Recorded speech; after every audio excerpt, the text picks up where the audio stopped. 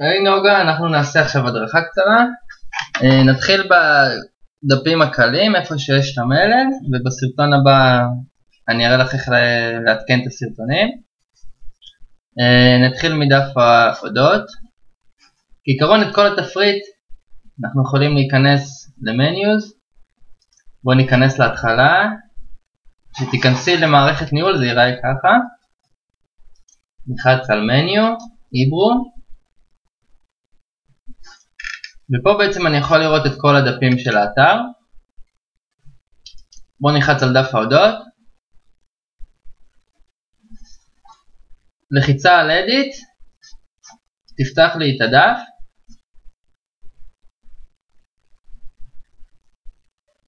ואני פשוט יוכל לערוך פה את הטקסט.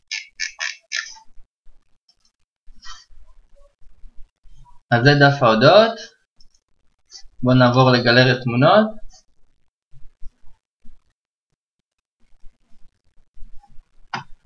ככה נראית הגלריה.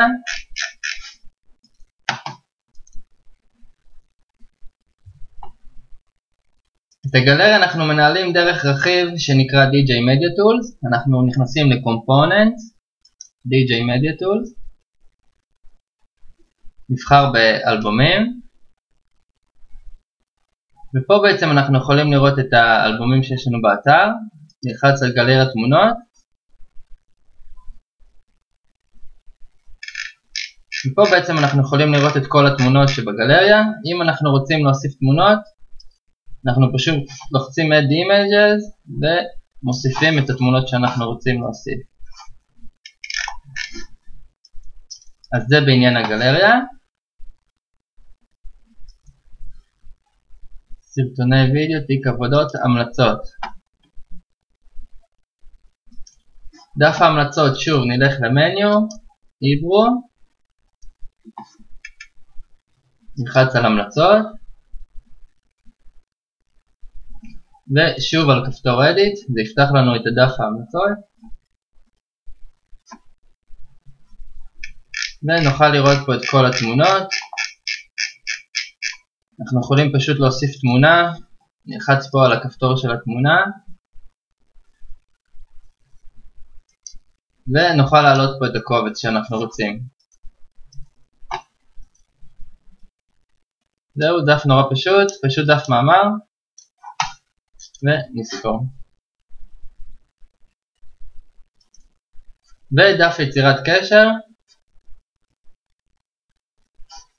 את הטקסט שפה אנחנו נוכל לשנות. נחזור שוב לניהול. נלך ל-Components, Contacts. ונלחץ על נוגה.